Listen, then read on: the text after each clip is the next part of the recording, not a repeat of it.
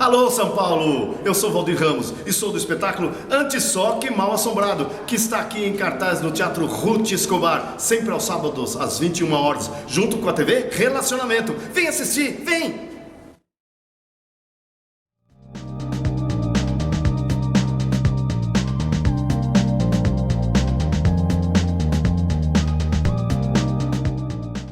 Olá, internautas! Iniciamos mais um programa Gestão Executiva. Hoje nós temos aí um mundo diferente que não vive sem tecnologia. E para isso nós convidamos então o diretor comercial de empresa de tecnologia, Ulisses Souza. Muito obrigado pela tua presença. Prazer, Kendi. Muito obrigado a todos também. Meu nome é Ulisses Souza, né? Estou como diretor comercial da Hypesoft, né? É uma empresa de soluções de tecnologia global.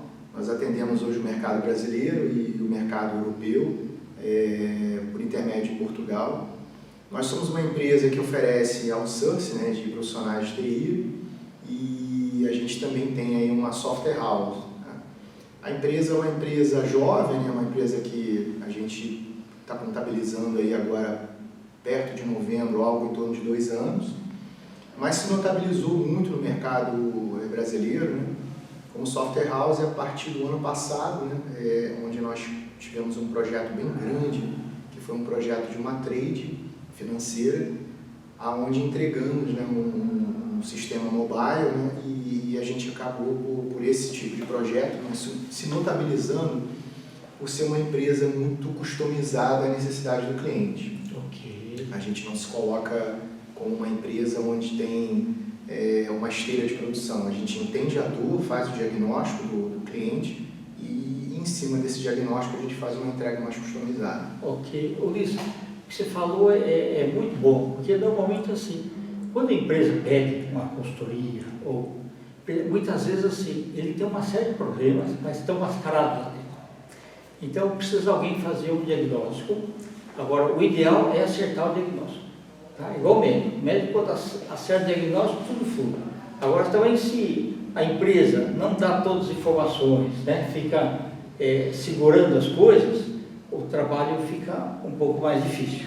Sim, né? sim. Então, nesse caso aí, vocês acertaram o diagnóstico e tudo fluiu, né? Customizado. Hoje a gente consegue fazer essa identificação, a gente tem uma equipe composta de profissionais técnicos e esses profissionais hoje fazem, obviamente, o levantamento de requisitos, né, do cliente, e a gente procura, de fato, entender a dor, apresentar as soluções, né, que essas soluções são as mais viáveis, né, dentro de um orçamento também estimado por esse cliente, e a gente faz essa apresentação das soluções e na decorrência, obviamente, de uma opção que ele venha a ter, nós trabalhamos em cima do software. Tá? Concomitante a isso, a gente tem também essa operação, como eu te comentei, do outsourcing de TI, que é uma operação interessante não só para o Brasil, onde a gente tem aí uma gama de oportunidades nas áreas das fintechs, imobiliárias, bancárias, segmentos de saúde, porque hoje as TIs elas estão muito sobrecarregadas.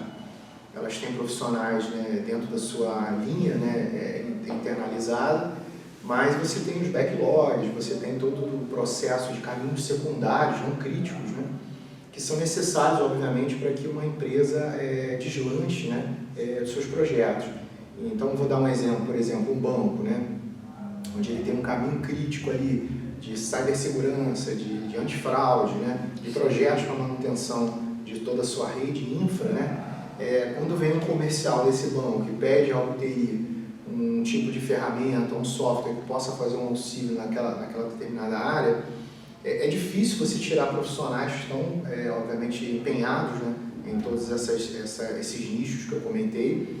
E aí uma firma de outsourcing, uma consultoria, perdão, ela consegue te entregar esses profissionais, né, nessa linguagem, na ferramenta que eles necessitam, para que atenda o comercial de forma pontual. A gente chama isso de squad, né? Essa squad hoje atende a essa necessidade, essa demanda, e você tem aí uma satisfação do cliente, né? Quando a gente olha hoje para o mercado europeu, a gente também nota, né, uma boa entrada da Hypesoft naquele continente, por conta inclusive da relação do câmbio, né? Você tem um câmbio hoje mais ou menos pareado aí de quase 6:1, então os profissionais hoje no Brasil, né, que de certa forma são bem tecnicamente, né, produtivos, né, eles podem fazer daqui, não há fronteiras na área de tecnologia, né, todos os trabalhos que vêm desses clientes em Portugal. Não só Portugal, como grande parte da Europa. E para eles também é uma boa relação de custo, porque eles conseguem, né, pagar um preço mais justo. Né? O deles é euro, exatamente. Reais, né? Então tem sido bastante desafiador para nós, né, entender esse mercado. Nós estamos lá, mais ou menos aí, nós estamos chegando a um ano de filial constituída em Portugal.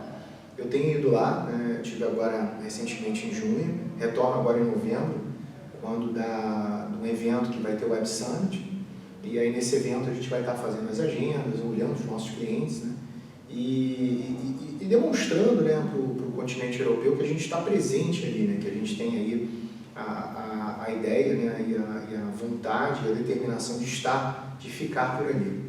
Entendi.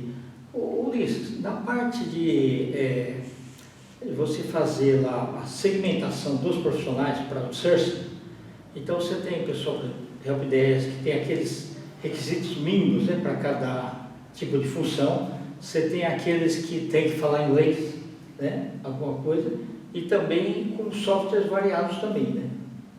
É difícil manter esse banco de dados, né? A gente tem uma... Os bons são sempre realocados rapidamente, né? A gente chama, inclusive, esses profissionais de mosca branca, né? São difíceis a gente achar no mercado. De fato, Kendi, é um exercício muito grande diário, né? A gente hoje conta aí com uma equipe que nos atende, né, na área de RH, e não só RH, mas também com a cabeça, com o mindset esforçado para essa área tech, né? Então, eles têm que olhar realmente aquele profissional não pela senioridade dele, mas pela experiência que ele tem em projetos. Não basta só ele dizer, eu sou um desenvolvedor sênior, né, em Java. A gente tem que entender quais os projetos em Java que ele entregou, quais foram as métricas, as soluções, né? E daí a gente conseguir, de fato, empregar ele numa squad, tá? Ou numa squad ou também num time que hoje faz os softwares que eu havia comentado. Ulisses, só que assim, o mais difícil de tudo é assim, você vê aquele monte de currículos, ou no LinkedIn, ou em tudo que chega, é bonito, sim, mas o papel aceita tudo, né? Então, o papel do RH é assim, as habilidades técnicas não tem jeito, ele tem que ter. Só que o duro é ver o comportamental. Então, muitas vezes você tem que ligar para as empresas anteriores que a pessoa trabalhou para ver alguma coisa do comportamento. Isso aí é interessante você levantar esse tema, Kendi. Inclusive, eu saí agora de um cliente aqui em São Paulo, né, onde a gente justamente estava discutindo esse ponto, né? A gente hoje não pode só ficar na questão dos skills, né, desse profissional. Exato. A gente tem que olhar de forma mais abrangente essa questão comportamental. Existem profissionais que não têm fit com as empresas, né? É uma área muito delicada, porque o profissional hoje ele se acomodou em atender home office, ele não consegue, dentro da área de tecnologia hoje, estar presencial nas empresas. Normalmente é um profissional que a gente precisa fazer um controle mais assíduo de produtividade, porque ele geralmente ele é um profissional que ele consegue, em 2, 3 funções, fazer os serviços extras. São profissionais, inclusive, que têm uma carga horária, né, replicada para a madrugada. Então é muito difícil controlar. A gente hoje tem toda uma metodologia, né, para verificar isso, mas de certa forma não é só a gente fazer esse contato com empregos anteriores, a gente precisa de fato ter uma análise mais comportamental e eu vou até além, né? E dos entregáveis, né? Dos entregáveis, porque esses são resultados. Esses são os resultados. É isso que vai conseguir, inclusive, me notabilizar na busca desse profissional e uma entrega dele junto ao meu contratante. Ulisses, quando ocorre, você tem, sei lá, 10 profissionais bons alocados em uma empresa, estão lá 6 meses, 7 meses e o desempenho está bom. Aí o diretor de TI lá resolve fazer um convite para contratá-los. Como que você lida com isso? Porque desestrutura, né? A gente tem que ter os contratos, tem que entrar dinheiro com a empresa e tal. Isso de fato, nesse mercado, também é um outro desafio, né? A palavra é essa, desafio, são desafios atrás de desafios, né? E coisas inesperadas, em momentos inesperados, né? Porque é um mercado em que hoje esse profissional de fato é valorizado e se ele está ganhando hoje, por exemplo, X comigo, né? E condicionado a uma proposta de X mais 2, ele não pensa duas vezes, né? É verdade. Então toda aquela curva de aprendizado, né, que você passa com aquele profissional, que geralmente ela tem no mínimo 90 dias, né? Você vê se perdendo, né? E é difícil essa reposição, né? Dependendo da linguagem, da ferramenta do qual aquele profissional é habilitado. O que a gente tem conseguido hoje reter esse profissional? Com atrativos, né? A gente hoje entrega alguns atrativos que a gente entende que são um apoio psicológico, uma plataforma de psicologia, às vezes um benefício no aniversário dele, alguma coisa que o faça ter a noção de que ele faz parte, ele se sente pertencido daquele projeto. Deixar mais humanizado, né? Exatamente, que é difícil, que é uma área muito exata, né?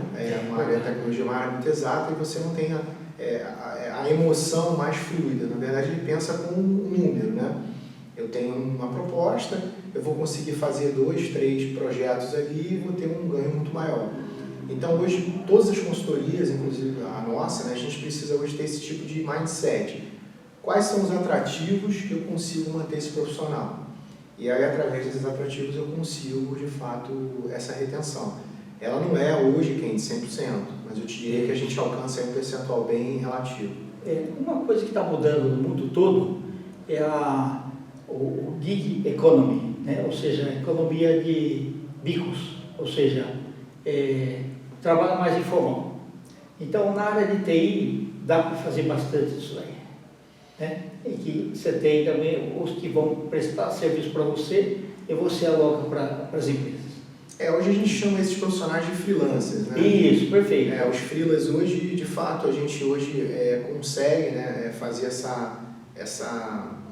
em algumas situações emergenciais eu recorro a um freela, né? O que não é bom? Porque geralmente um freela ele tem várias atividades em paralelo.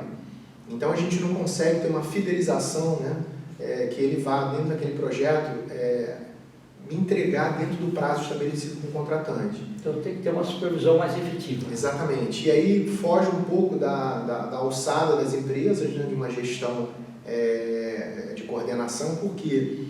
Porque é um profissional, como eu te falei, ele fica em casa, ele trabalha como office, né? Ele não consegue estar mantido ali presencialmente no escritório, e o que nos traz muita dificuldade de entender qual vai ser o movimento desse profissional no quesito prazo. Ele não consegue, né, fazer com que aquele sprint, né, que a gente chama, né, ele seja entregue. E aí a gente começa a ter dificuldade de entrega, a gente observa assim, uma certa canibalização do que a gente propôs para entrega. Então, assim, profissionais freelas, eles atendem, mas a gente precisa ter um critério assim, muito maior de seleção de quem vai fazer esse freela, né? E como ele se comporta em entregas anteriores. Ok, porque senão ele prejudica todo aquele ciclo meu de venda, né?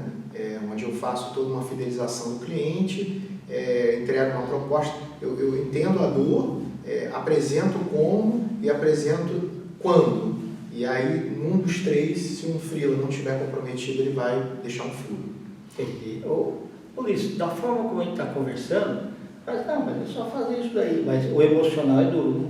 Sim, é um setor que eu não venho da área de tecnologia, deixar até bem claro, né? Eu sou um profissional que eu tenho quase 47 anos completos, agora em novembro. Fui formado numa área de logística, né? Depois tive um movimento na área de qualidade, onde eu fui auditor. Legal. Depois eu passei por um período em engenharia, né? Atuando como consultoria de projetos e coordenação. E tive no BPO, de Contact Center, durante quase 7 anos, e agora em tecnologia. Então foram várias, né, funções, aprendizados nesse período, né, em que eu estou aqui, né? Então, eu te confesso que o mais delicado é a tecnologia, né? Por quê? Porque é um ambiente muito frágil, né? Frágil no que sentido?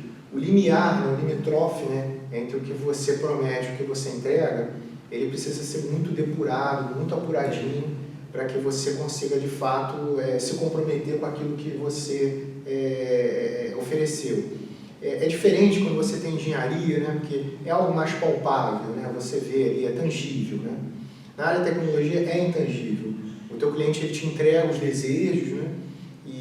você precisa materializar aqueles desejos através de um aplicativo, através de um site, através de uma entrega de um serviço de codificação. E isso tem um humano, né? A gente precisa, obviamente, entender quem é aquela pessoa atrás daquela máquina, quem é o desenvolvedor. Sim. Mesmo com inteligência artificial vai precisar de inteligência artificial. Então a gente tem tido esse esforço, né, de entender a persona, né, daquele profissional, para que a gente consiga, com uma certa humanização, ter, né, obviamente, a parceria dele naquele projeto. Então tem sido um esforço muito grande. Em outras áreas que eu passei, que eu tive exercício da minha profissão, a gente conseguia, né, ter mais humanização com aquele profissional, mesmo sendo uma área técnica, mas você tinha dele, né, eu acho que também talvez assim, muito pelas décadas anteriores. Né? Pode ser, porque o mundo mudou. Isso. Ulisses, nós estamos nas instantes finais, eu quero que você volte outras vezes, tá? Eu queria que você deixasse os seus contatos, nós vamos escrever também, mas eu queria que você verbalizasse. Tá. Bom, eu agradeço aí, Kendi, o teu convite, agradeço a todos que estão nos assistindo e reforço aqui o meu contato, né? A empresa que eu hoje estou atuando como diretor é a Hypesoft, né? Nosso site é o www.hypesoft.com.br. O meu telefone de contato é o 11 DDD 91 654 1691. Estamos à disposição, estamos no LinkedIn também para qualquer chamada e contem conosco aí nos desafios dos seus próximos projetos. Obrigado. Volte outras vezes, tá? Muito obrigado. Internautas, com os agradecimentos então a esse fantástico diretor comercial Ulisses Souza, nós lançamos mais um Gestão Executiva. Grande abraço e até a próxima.